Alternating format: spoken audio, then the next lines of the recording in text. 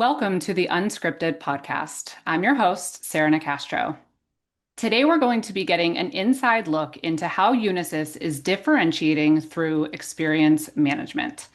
I'm excited to welcome to the podcast today Patrycja Sobera, who is the Senior Vice President and General Manager for Digital Workplace Solutions at Unisys. Patrycja, welcome to the podcast. Thank you, Sarah. Thank you for having me here, and great privilege to be here. I kind of feel like I'm standing on the shoulders of giants previously Oh, here, oh, and an you're so amazing sweet. host, my fellow HDI thought leader. Congrats again. Certainly a tough act to follow here, following all these Oh, amazing no people. way.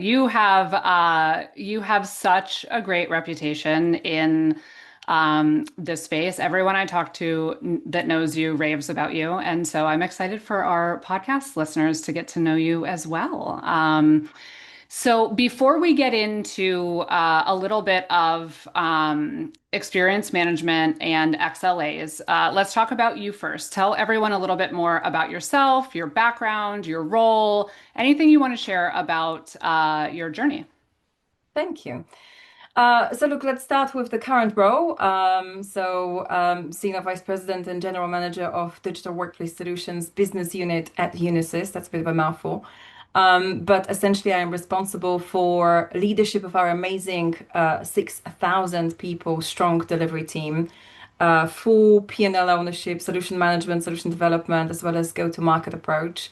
Um, from a background perspective, probably like many of the listeners and even guests on this podcast, I never really sat down and planned my career as such.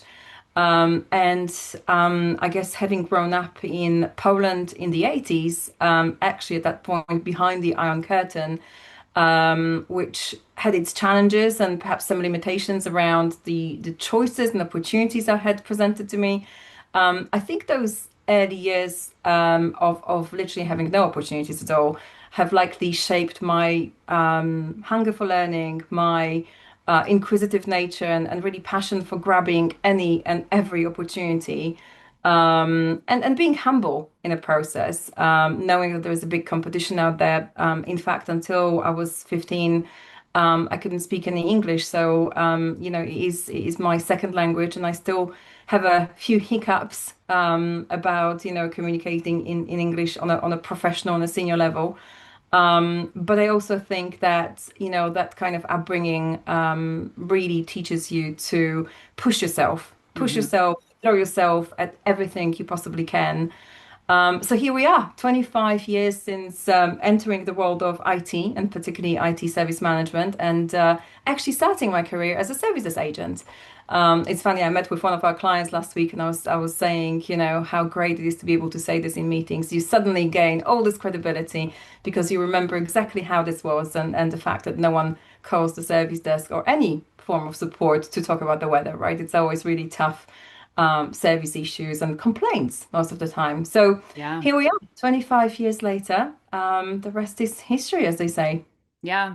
So that upbringing shaped, you think, a lot of your drive and, ambition and I think work ethic, I'm sure, willingness to really pour yourself into what you're doing. And, that is represented in your career trajectory. I mean, you've done some amazing things, and we're going to talk a little bit more about that journey a bit later and just some of the the different paths that you've taken and maybe some of the lessons you've learned. So we'll come back to that. But to start, let's talk a little bit about experience management. So Alan Nance joined the podcast not too long ago to talk about experience management and XLAs. And I'm really interested to get your take on this because this is sort of a look at the application of all of that information. So, in your words, what do you view as the importance of and the opportunity around experience management? Great question. And I'm really, really glad you had evangelists of experience management like Alan joining the show, talking about experience movement, XLAs, and ultimately how we are changing the narrative in the service industry from transactional to experience focused. So I think for me, and this journey with experience management sort of spans across the last 5 years. For me, experience management is really no longer a nice to have. It really is a strategic imperative and a really underpinning and a core of every good service organization. I think what Alan and the XLA Institute team are doing and helping with is to articulate something we certainly at Unisys have been living and evolving for the last 5 years. It's about shifting from this very centric driven or service centric driven outputs SLAs to kind of human centric outputs and outcomes. Focus a little bit more on the holistic end-to-end total experience, not just about whether we meet SLAs, right? It's more around, have we actually made someone's day easier, more productive, more meaningful? For me, that's the kind of real measure of success. And the opportunity here is huge, actually. I think we're actually in this inflection point. If I look at our Experience Management Office, XMO, you might hear me talking about XMO, Experience Management Office, which we founded 5 years ago. This is where we moved from the focus on reactive to proactive and actually predictive interventions. Hmm. And it's there's a few metrics I quote in meetings with our clients who are the recipients of our XMO Experience Management Office service, and ultimately recipients of our 20 XLAs, which we have in production environment today.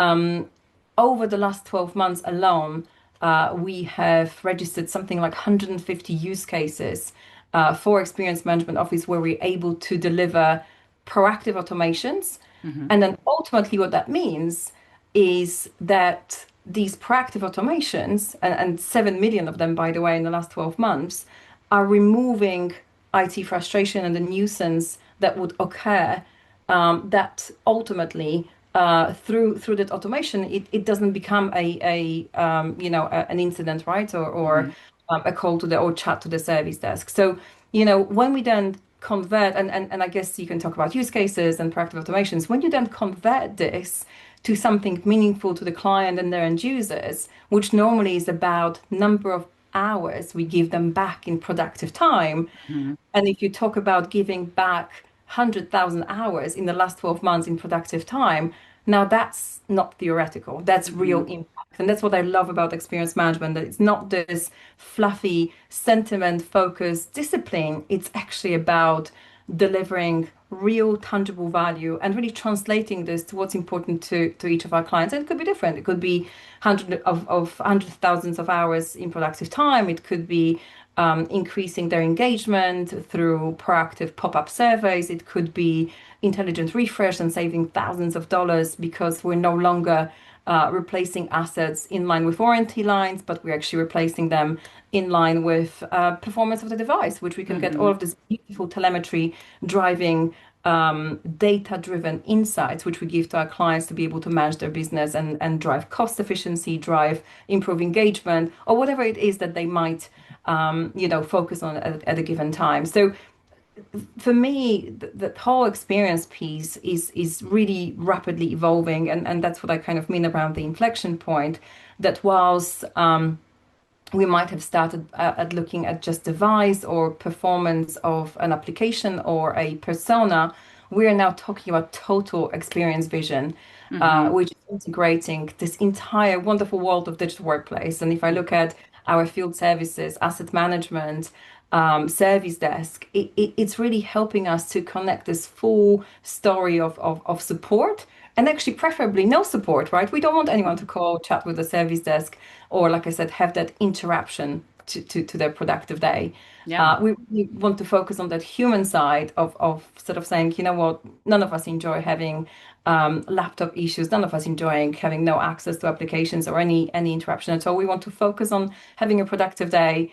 And for me, it's really linking the technology as the enabler of the human side of things. And I think Hmm. there's this beautiful quote by Maya Angelou, who famously said that people forget what you did, people forget what you said, but they'll never forget how you make them feel. And when we talk about digital workplace, and this is my current team at Unisys, I always talk about, ultimately what will be the experience someone will leave that interaction, whether it's chat or call, or a face-to-face interaction, right? And if that nuisance does occur, what we're going to do about it, but most importantly, how can we prevent it from happening so they can Hmm. focus on what's important to the core of their business. Yeah. So as you can see, I'm super excited about this space. I think there's just so much more to discover here. Even that focus on total experience, and for example, looking at performance of a device, of an application, of a persona. We're now looking at physical aspects. How is the performance of a meeting room? Hmm. Um, being, the user of that meeting room, which is not even something we had a ton of telemetry about, a couple of years ago. So for me, it's a beautiful fusion of technology enabling the human Yeah. um, as the core of kind of what we want to do here within digital workplace. Yeah. I love that description because, on the podcast, a lot of times we have companies that come on and talk about the journey to delivering outcomes-based service. So rather than more of a break fix environment, they're moving from that sometimes to contracts and then on to the idea of what are the outcomes we're going to provide. This to me, the power of the shift in how you're looking at this is adding that human factor in, right? It's not only about what is the outcome, right? So, if you talk about predictive, it's productive hours or, whatever that outcome is, but it's adding that human component of and how does that affect someone's mood, day, work, ability to do whatever it is they do, et cetera. And I think, people say all the time to me, service is a people business, service is a people business. And I believe that, but I think that it is hard for people to articulate why, because it is that human piece. It is that feeling piece, of what the service does and how you make people feel, just like you said. And so I love that this kind of incorporates that into the viewpoint and the metrics and the considerations and takes that into account. Um, so you mentioned that this journey has been underway at Unisys for about 5 years. What what if you what has the kind of progression been in that 5 years? Like what have you accomplished? Where are you at now? What does this look like sort of in real life as you've embraced the idea of experience management? Yeah, great question. And look, for me, it's kind of moving away from the kind of initial experience management as a concept to how ultimately we operate and how we deliver services to our clients and their end users, which in practice means that we've, over the last 5 years, effectively moved away from, you just mentioned this, reactive service delivery to proactive, predictive, and ultimately preventative experience management. Recall that 100,000 hours returned back to our end users in the last 12 months on the back of predictive automations. I think if I look at that shift of how we engage, I guess, with both employees and customers, this is kind of a perfect example. And I'm particularly thinking of one of our clients, actually a large tech manufacturing client, where we have implemented a number of key sort of sessions, key meetings with the stakeholders. So we've got experience level review, we've got the experience governance board, and here we are every month coming to the table, senior leaders bought into this, not just measuring uptime or ticket resolution. We're tracking how people feel about their digital experience. We're acting upon it. And again, with this client, in July alone, we ran over six and a half productive kind of remediations. Hmm. And it's a large client. And again, we saved them actually for this client 1,200 hours.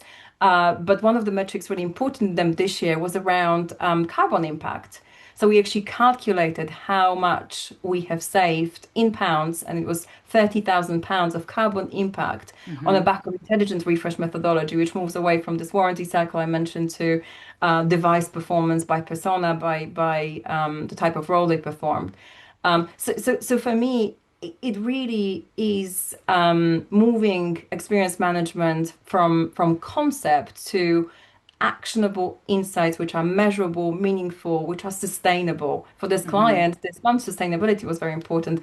I've mentioned experience governance board actually, which is I think if you're implementing experience management and XMO, experience management office, one of the most important thing, and it takes a while, is to really get that commitment from stakeholders. And this is C-level execs meeting with us on a monthly basis to, this is the experience governance board, to really see which XLAs are still right and bring Hmm. the meaning to what's important to them at that time, whether it's we could be talking about efficiency or improvement of sentiment or specific security related XLAs with underpinning XIs, which are the experience indicators, which are component parts of XLAs.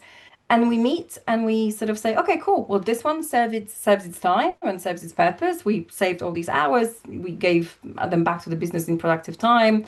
We can retire that. We can actually Hmm. focus on the next one. What's important? Okay, a major HR system upgrade is coming. Okay, let's look at HR persona. Let's break it down into component parts and start measuring them with specific HR upgrade sort of XLA in mind. So this is what I love about the whole experience management XLA framework, that it's not, and you made a great point there, actually, talking about service delivered with specific outputs in mind. And I think there is certainly a place for SLAs. There is certainly a place for, more traditional frameworks in terms of how we, measure our performance and how the kind of commercial contracts operate. But there is also a great opportunity for augmentation of the traditional framework with XLAs and what Hmm. we do in this space. And, actually, I've heard something on another podcast that this organization implemented something like 10 XLAs,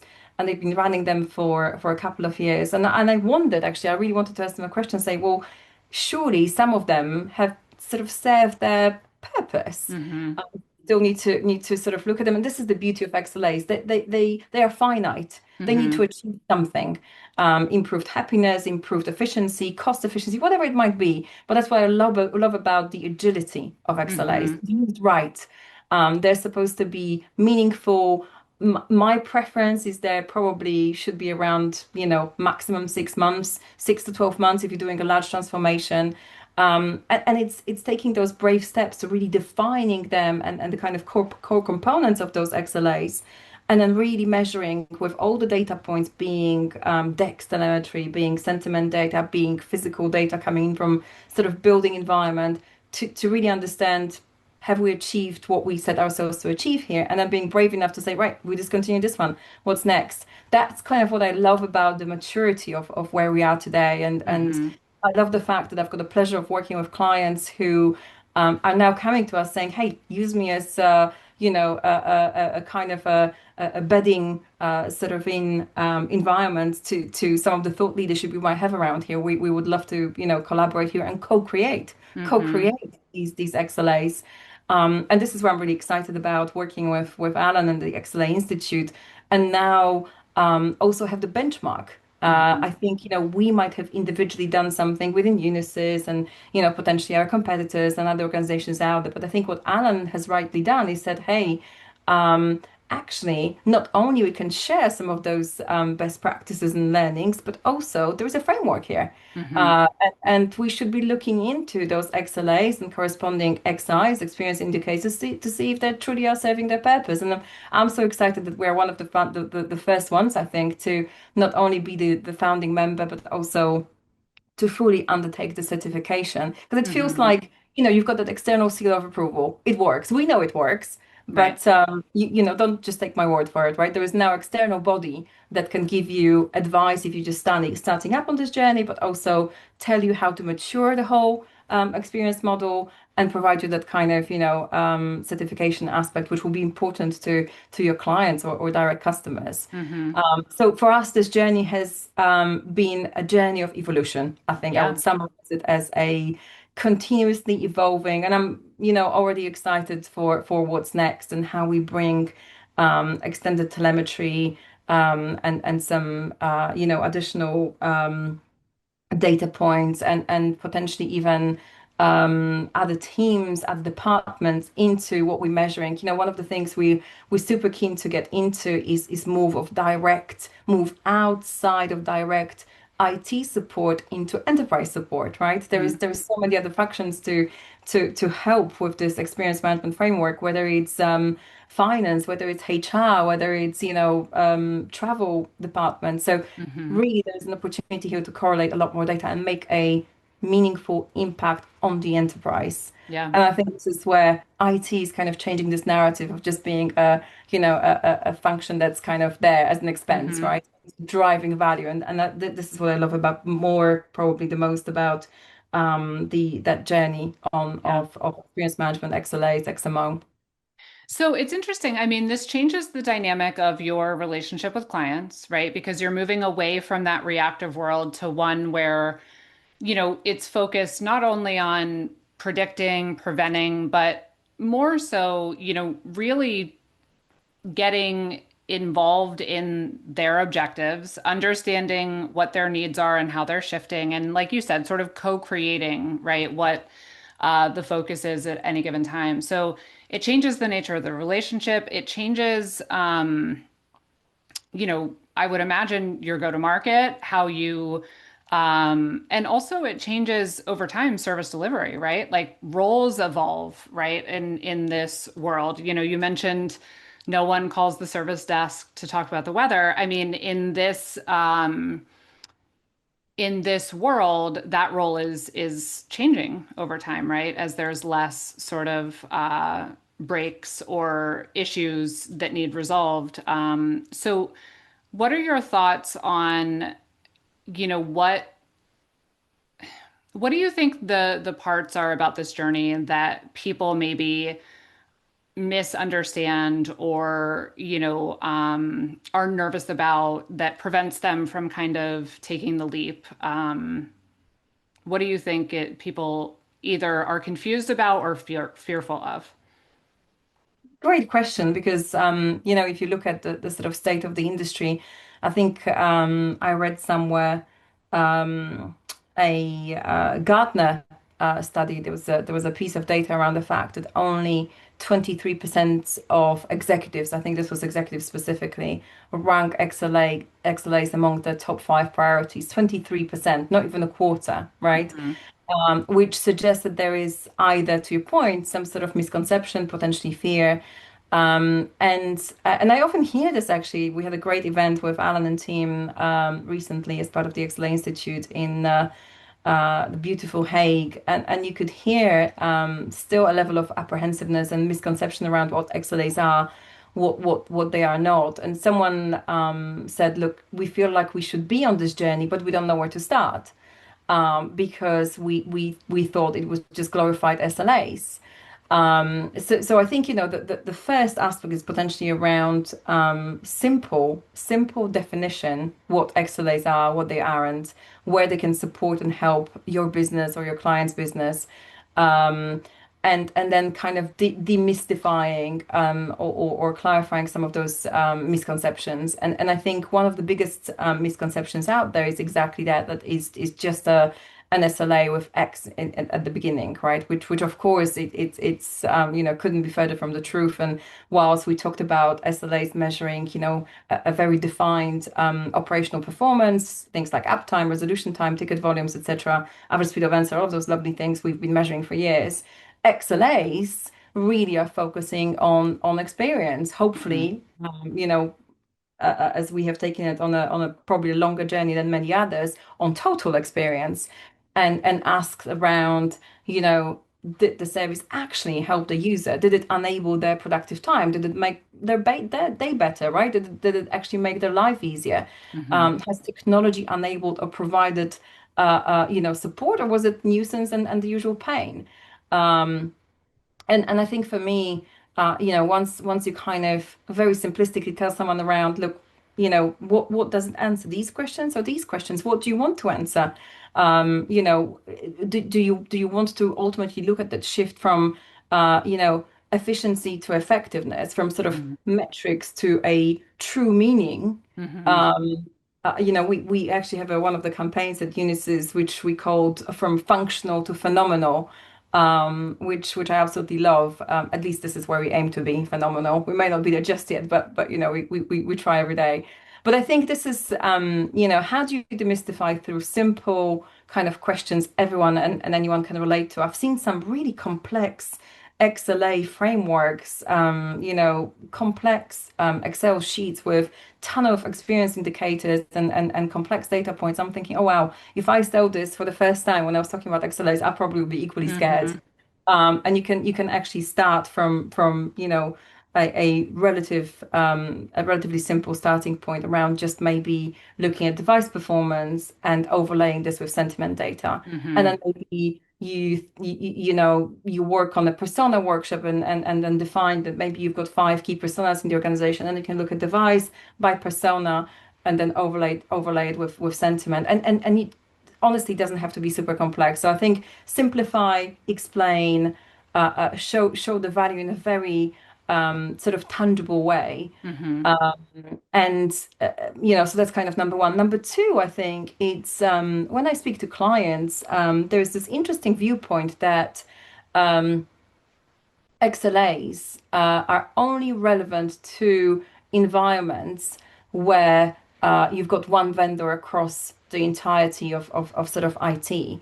And that one vendor owns the entire service stack, and only that, then you can sort of truly derive benefit and value from XLAs, which is absolutely not true. And I actually think that in a complex environment where you might have an internal IT team and you might have a managed service provider like us with maybe some vendors, third-party vendors. This is actually perfect environment for Mm-hmm. XLAs because they can help you uncover gaps in collaboration between teams. They can help you uncover bottlenecks and maybe some points of third-party handoffs Mm-hmm. where traditional SLAs wouldn't go as deep. So actually, I think it's a complexity of the environment is perfect for XLAs, and this is kind of like again, a myth that for some reason is there that you need to have this perfect environment, this perfect formula. Far from it. Mm-hmm. Start from relative scratch, as we say, with simplistic kind of measures in mind, and see where it takes you, and then build on and build on, like I said, and then when it serves its sort of purpose, retire and move on. And again, this is kind of where the benchmark and the ability to certify your XLAs, then look under the hood into what you're putting into them, how you measure it, what are your XI criteria, what are your data criteria.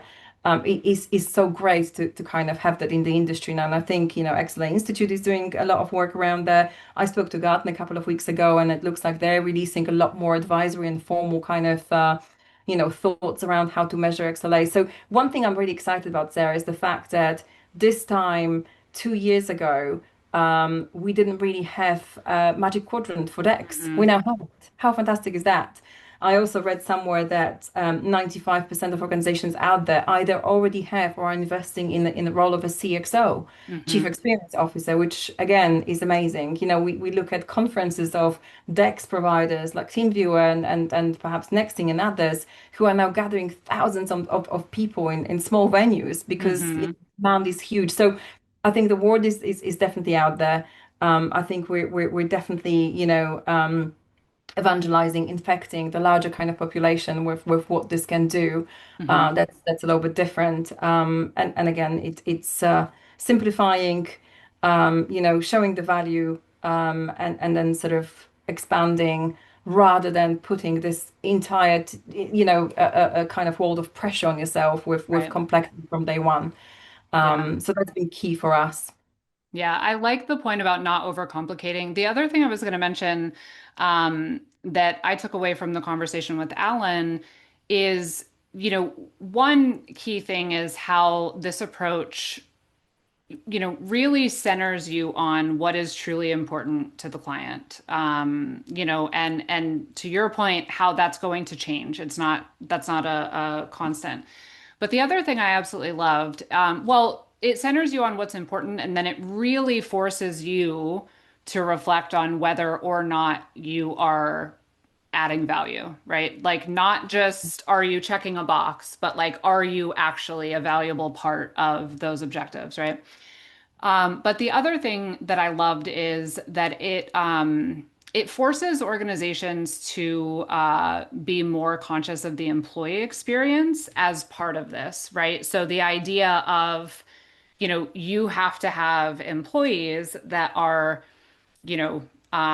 positive and engaged and empowered and on board to be able to have the impact that you're trying to have with the customers or clients that you're working with. And you know, um, I think that's getting more focused than it used to, but still not enough, right? Like, we don't necessarily always, you know, give credit or really embrace the knowledge of the frontline workforce and the role that they play in a company's success, and the customer sentiment and the customer outcome, all of those things. So I like that you can't really have this focus without taking that into account. And I think that's a positive. Absolutely. I'm nodding and smiling here, by the way, for those who are listening. That equation comes to mind. EX equals CX equals BX, right? How employee experience drive that customer experience, what you want your organization to show up like to the external world, which then drives business experience, which then ultimately drives your revenue and Yeah. all the goodness around growth you want. And I think Alan often mentions that Starbucks example where complex app kind of, a TikTok like coffee orders were a great idea, but they just did not have enough staff Hmm. in-house to be able to, do it quickly enough, right? And then we had this whole confidence loss in Starbucks, but that was exactly lack of focus on EX. Hmm. Were there enough employees to start with? Were they trained in all this, fancy TikTok like coffee with 20 syrups? Maybe not, right? And it could be as simple as that realization of how you need to enable your frontline worker. And it could be, literally a nurse or a doctor in a hospital, it could be a field engineer, in the field providing support or your services agent. It's one of our internal kind of mantras. If we do something, if we deliver services to our clients, first and foremost, we start with drinking our own champagne. I don't Hmm. want to say drinking our own dog food, but drink your own champagne. Implement, the technology you're going to use internally, test it, expand it, develop it, add features. Make sure that ultimately what we preach is something we do internally within our organization. And one of the things I'm really passionate about is how we enable our frontline worker, my services agents, 2,500 of them, my field technicians in the field, with technology, which is helping them not only to drive resolution for the client, but you know what? Finish on time, go home, Hmm. enjoy it with your family, rather than be stuck on something for hours with technology or training or lack of resolution support or kind of agent assist like functionality, helping them on some of this complexity. Not everything is straightforward, right? I mean, that technology, I think, helped us to do a lot around automation and remove some of the simple kind of queries and issues from the environment. I won't even mention password resets, right? But what we do, what the human does at the moment, and I look at my desk or field technicians, is more complex. Hmm. And every day I ask myself, okay, how is technology enabling them for success? And if it's not, then we're not doing our job. So I completely agree on the EX Hmm. front. It's hugely important. Yeah. So let's stay on field service for a moment. So obviously, field service is a function of the business that's crucial when we think about customer experiences. Um, I know, like many of the companies that come on the podcast, you are also facing the reality that about 40% of your engineers are going to retire soon. So, what are your thoughts on this challenge and, you know, how to overcome it, and also how the shift to experience management will factor in? Like, how does it change the role of the field technician, or does it? Great question. I think this is probably one of the most under discussed challenges in the industry at the moment, and probably most urgent, certainly for us. I've written a couple of articles actually on this, and focus a little bit more on what exactly we're doing at Unisys around this challenge. So, for us, we're facing 40% of our field engineers to retire within the next 3 to 4 years. And it's not necessarily a headcount issue, it's actually a knowledge challenge. And we're talking about professionals who, and by the way, attrition in field services, it's tiny, right? We're talking about professionals with decades of experience, deep client relationships. These techs are being called by name and loved, and this tribal knowledge, as I call it, that really is impossible to be replaced. So we have framed this challenge around a couple of kind of core areas. Number one is really knowledge transfer. How can we tap into the expertise of someone who is in the field every day, right? Which, this knowledge is often fragmented. It's not presented on a beautiful, shiny platform where we can just plug in AI and say, excellent. Now we've got a digital twin technology and we can just, replace that field technician, and every single new hire in field services will be able to rely on the digital twin. Not necessarily. A lot of that lives in these techs' heads, and whilst actually that knowledge transfer for us, it's focused on technology, and AI-powered knowledge management, which looks at data from tickets, data from traditional knowledge repositories, data from interactions, from our respective systems we use, whether it's Salesforce, ServiceNow, Skillful, etc. But it's also looking at merged reality tools. Can we pair some of these more experienced field technicians with someone relatively junior in the field, and sort of, have that co-pilot sort of support, as I call it, there to support them.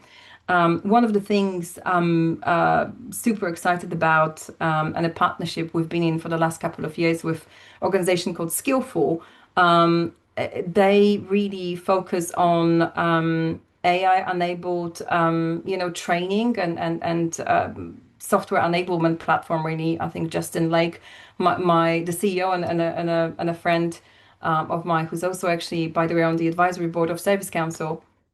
They've done some really great stuff there about something being ready to be used on the go, in those kind of stressful situations with simulation-like training. So it's not just giving you answers, but it's actually teaching you how to Mhm. get to a right resolution. And our technicians absolutely love it.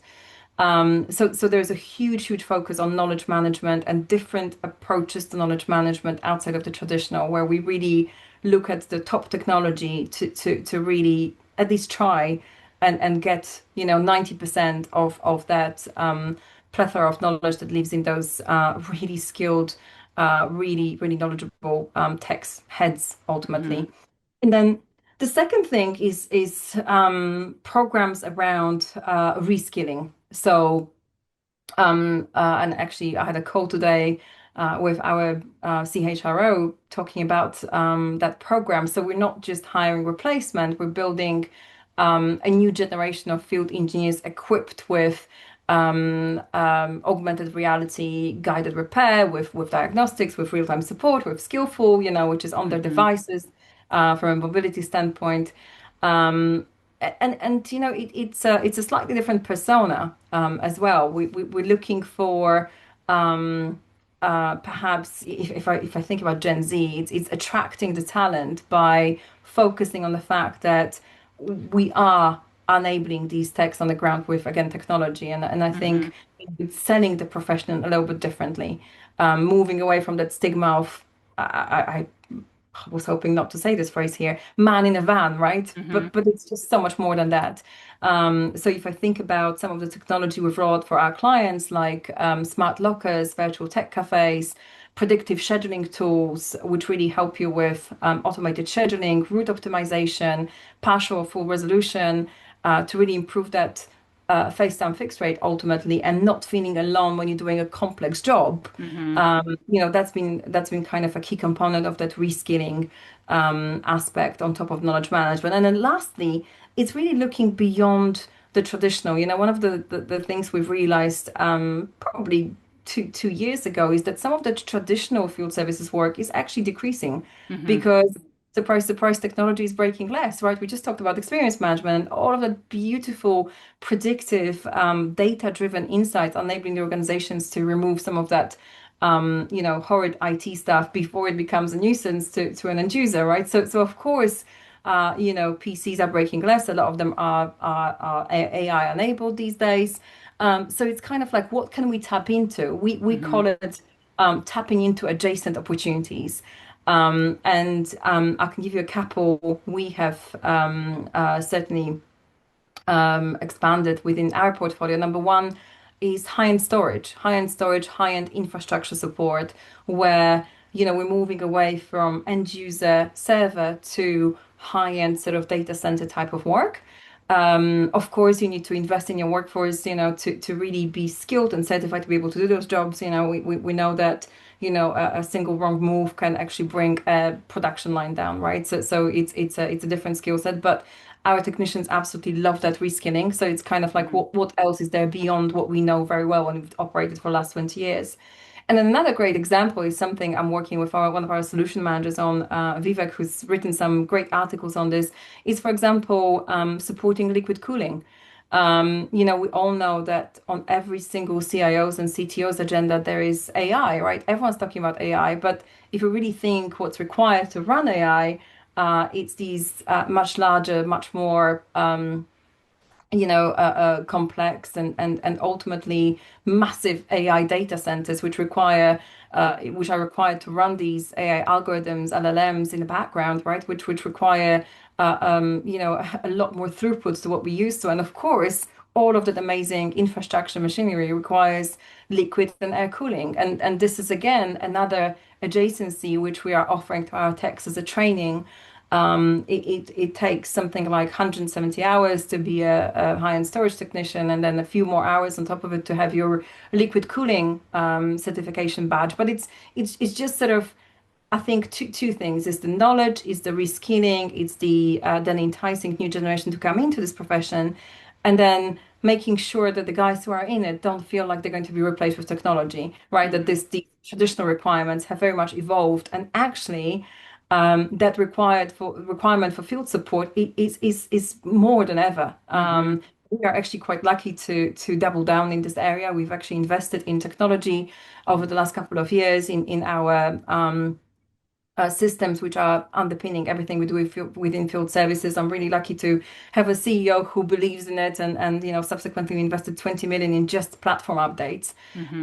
to be able to respond to these new demands. But I think that's why the attrition is actually relatively low for us, and these guys are genuinely excited to see something else than the traditional field sort of services work. So, I think it's for us, it's been around transformation of the field services into this, I would describe it as digitally enabled, experience-centric function for Hmm. both the technician and the client and their end users we support, which ultimately is more attractive to the younger generation. Yeah, absolutely. And I think it's a really good reminder that, even though we know that a lot of these folks are going to retire and we need more and the work is evolving, but it's not going away, there is still this fear among the workforce of, are we investing in all of this technology to get rid of us? So it's a really good reminder to make sure you're reassuring them along the way that that is not the plan. So, okay, I want to go back to your journey a bit. One of the things that we are both really passionate about is seeing greater diversity and inclusion in these traditionally and often still male dominated industries. And you have reached a level in of your leadership that you know, there still are not an equal amount of women in roles like yours. And so, you know, you are humble. You mentioned that word early, but it is very impressive how hard you've worked and what you have achieved. And you play a role. You serve as the executive sponsor of the Women and Associate Impact Group at Unisys and the Lean In Ambassador for Women in Tech in EMEA. And I'm just wondering if you can share whatever you would like about, your experience forging the career you have as a woman and, what you've learned that you want to impart in on the folks that you're able to engage with in um, the impact group at Unisys and the Lean In ambassador role. Great question. Thank you for asking. And look, a topic that's certainly super close to my heart. I think a career in tech as a woman has meant probably for yourself as well as myself, right? Navigating spaces that weren't often designed with us in mind. And subsequently I felt super passionate to really, once I had the opportunity, once I reached a certain level of leadership, to ultimately, I think, give back, summarize Hmm. it sort of in the best way.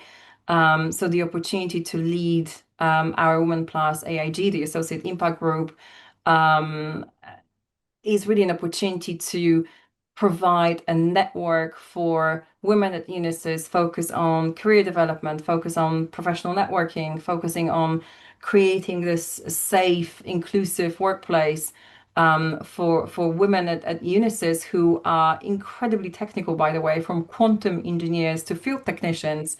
We certainly have few unicorns, fantastic female technicians there, to your entry level professional services agents, etc., etc. So having the ability to lead this AIG and run sessions, which are super popular, actually, it always amazes me how many we have joining. And it's so funny, we'll run a session in EMEA, and then we'll see that ladies from LATAM and US and all sorts of all corners of the world would join, and they probably wouldn't even have the invite. So I'm always kind of like just very happy and humbled by the fact that it gets forwarded, and we have amazing participation. But it's hosting events. Last couple we did around allowing yourself to be brilliant. Hmm. Such a simple topic, but really, specific. I call it tools for their career toolbox, and specific, sort of methods and things that they can do to really, drive confidence when presenting in meetings with senior leadership, when, asking another female leader or female colleague, for help. And again, it's amazing how through these AIGs we've created a network. Hmm. Um, or we had another session about the art of purposely dropping the ball, and how, as women, we tend to hold on to tasks which we could actually delegate. Hmm. But it's kind of like, oh, unless we do this, someone else is going to probably not do it perfectly. Or that kind of analogy comes to mind at home, right? Where we do the housework, and it's kind of like, how little we pass to our husbands or partners. And kind of like, oh, I'll do it better. I'll do it quicker. That's my Hmm. favorite. I'll do it quicker. And then you end Um, up doing everything. Exactly, Hmm. exactly. And the same at work, right? Learning to delegate, to ultimately be very selfish, very deliberate around springboarding your career, giving yourself a chance. We're so busy and there's information overload. I love that session. Everyone's kind of, especially when everyone sees the title, the art of purposely dropping the ball, Hmm. straight away you've got some interest in there. It's like, "Oh, okay, what is that about?" So it's for me, having the opportunity really to give back, Hmm. to run sessions which are meaningful. We do it in the sort of lean in manner. So there's always we try and have sort of good video with industry experts or a psychologist professional, sort of senior female leader talking about the specific topic, and then have a great Q&A and a ton of tangible, practical advice coming in from all the women on the call saying, I had this situation, this is what I did. I tell you Hmm. what, it is so rewarding.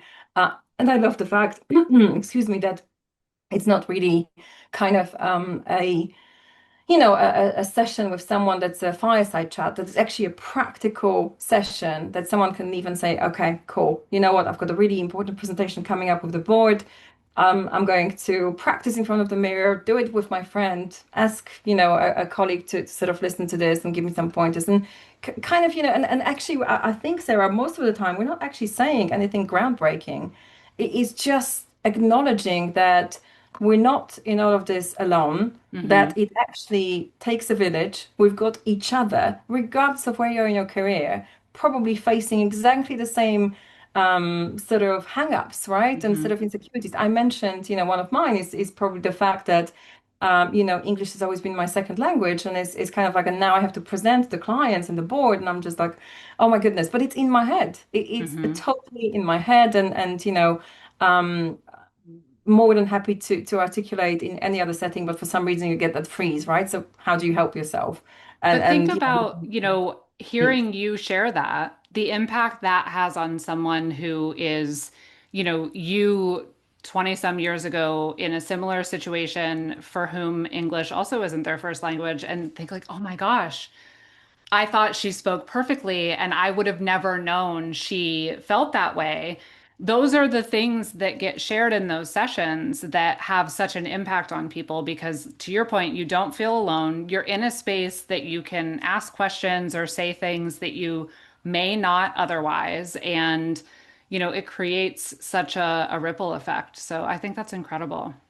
Absolutely. And I think, there's a level of humility there and yeah, the sort of ability to, look at yourself. Funny enough, we talk about the evolution of experience management, right? I mean, God, in this industry, we are constantly evolving ourselves and having the ability to acknowledge where perhaps we have our hang-ups, where, we want to take our career and how we do this, with support from each other Hmm. um, is a gift actually. And I always say this that is inclusion, focus on diversity is definitely not a one-time initiative, right? It's a Hmm. daily practice, and you're not alone.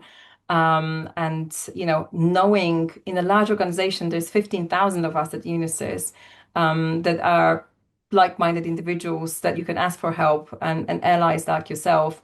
It is probably also a side product of these sessions. Hmm. Like I said, the networking, right? And so often when I travel actually for client meetings, I was in our headquarters in Bluebell, and this lady approached me who came actually from Ukraine. She moved to the US, and she said, "Gosh, I could so relate to what you were saying. Thank you for saying it out loud."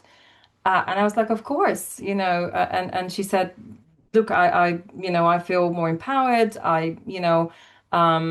Am happy, sharing my thoughts in a meeting or using techniques around, not necessarily starting with a sentence with, I might be wrong, but I don't Hmm. know if this is a good contribution, but, actually saying, actually my view is, or, here is my recommendation. Here's what I believe we should be doing. And it was just incredible. And I was just, it warms your heart and you Hmm. just think, oh gosh, if telling your story does something like that, then we should all do that, and be deliberate about what we can do to lift others. And I think for me, actually, when I was running the first Lean In group, I was still at Marshall McLennan.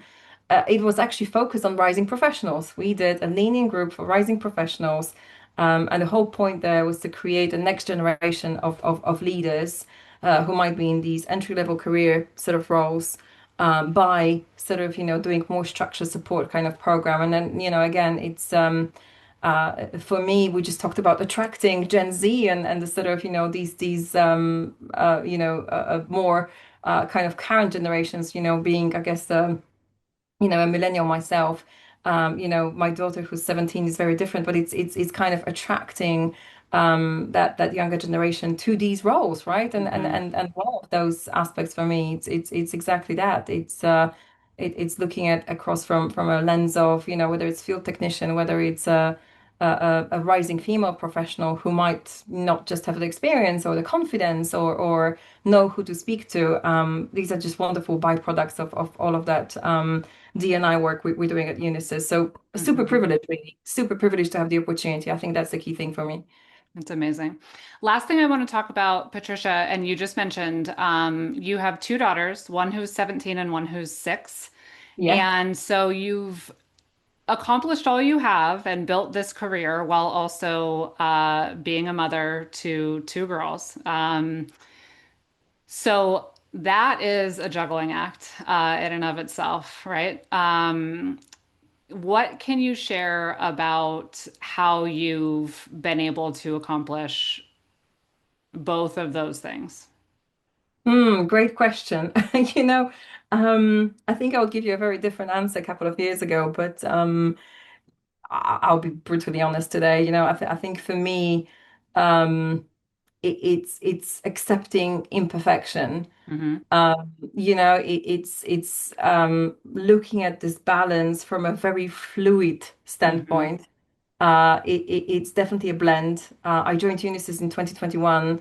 Isla, my little one, was actually 2 at the time, and I think for the first 6 months, everyone saw her on conference calls and, with me on my lap, sort of, very often asleep actually, and I kind of thought, what does it look like, right? Leader sort of starting in a new role and with a kid on the lab. But look, everything was closed. There was not a single nursery open or Hmm. kind of daycare. So that was the reality, and it's not stopped me from doing anything. And in fact, again, number of people who reached out and said, "Wow, it's refreshing for you to see this, for us to see this and for you to embrace this." And I kind of felt like I said, "Look, thank you, lovely feedback. I have no other choice." Hmm. Um, Nothing is open. My parents are in Poland. It is what it is. And by the way, I'm still delivering on all of my deliverables. Probably more, Sarah. Probably more Hmm. because you have this massive stigma that you kind of like have a child there, and therefore you work, 18 hours, right? It's crazy. I don't know if you like this, but I put so much. Again, it's probably the Eastern sort of, nature and putting a lot of pressure on yourself to be kind of perfect. And this is what I would probably say a couple of years ago. Now, especially with the little one, with the 6-year-old. You know what? Sometimes, we don't do all the homework, and sometimes we have McDonald's. Hmm. Um, and sometimes all of her uniform pieces are not perfectly ironed. And Hmm. it's okay to kind of, be imperfect and focusing on what's important. And you know what? She has a blast. She still, loves me the same, or if not more. We have a good giggle when we forget something or we don't do homework, and we do it quickly in a car or sneak something outside of the classroom. I would just say just give yourself a break. Focus on Hmm. what's important. Focus on yourself if you can. Um, Focus on what's important to you, and we talked about art of purposely dropping a ball, right? For me, this is some of those things. I was just thinking, look, there's no point trying to be everything to everyone and a perfect mum. And actually my eldest, my 17-year-old, I was very different with her, very disciplined, and it was more of a kind of perfection, and dinner would be at certain time. We would make sure she's in bed. And she was doing a couple of important exams actually when she was 11. It's an exam to get to a secondary school here in the UK called 11 plus, and it's quite stressful. And she said a sentence which I'll never forget, and she said, "You are such an Eastern mum." And I'm like, whoa, what does that mean? Tough and you push me so hard. And I thought, oh, okay, you know what? Maybe it's not a bad thing to be an Eastern mom, but it was just so interesting. She said this, and I thought, okay, cool. Let her just, be herself, and she's done incredibly well.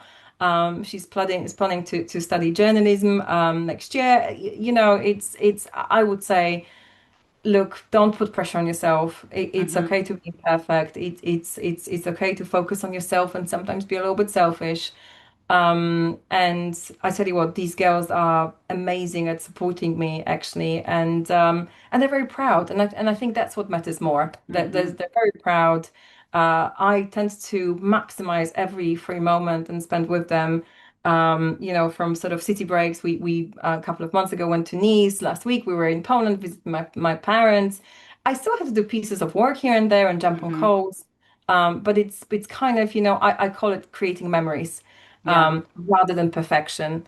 And that would be my advice to anyone out there, just listen to yourself and do what you can. Hmm. Um, the world is going to put so much pressure on yourself, so why do it to yourself? Yeah. When you were sharing that, I was thinking about, you said at one point, your performance never suffered. You kept delivering, right? And of course you did. I totally get it. But I think it is a really good reminder that, women can have it all. You can do it all. You just you have to want it, right? You have to want both things. I'm talking right now about like a career and motherhood, right? And if you want it and you're committed to it, you'll figure it out, and you'll do what it takes. But the other piece that came to mind is, and I think it's so important if you're going to do that, this idea of letting go of perfection, it requires a certain confidence in who you are and what you've committed to, whether that's sitting at your desk with a 2-year-old on your lap, logging into a meeting because that's just what it takes. Or, I've been in situations where I'm in Stockholm and the school calls me and I say, I'm in Stockholm, you're going to need to call my husband. And they're like, and and I can let that get to me. Like, is it bad that I'm not there? Or, you're Mhm. the mom that shows up to the school function with McDonald's instead of a packed lunch, or whatever those things are that make it possible, right? It's not always going to be perfect. And you just have to be confident in that it is enough, right? And that, yeah, you're doing what matters. So I really love that, Patricia. Thank you so much. Thank This was a wonderful conversation. I really appreciate you coming on and sharing. And I'm excited to get to meet you in person very soon. thank you. Thank you for having me. Great conversation. Great questions. Thank you. You can find more by visiting the home of Unscripted at futureoffieldservice.com. The podcast is published in partnership with IFS. You can learn more at ifs.com. As always, thank you for listening.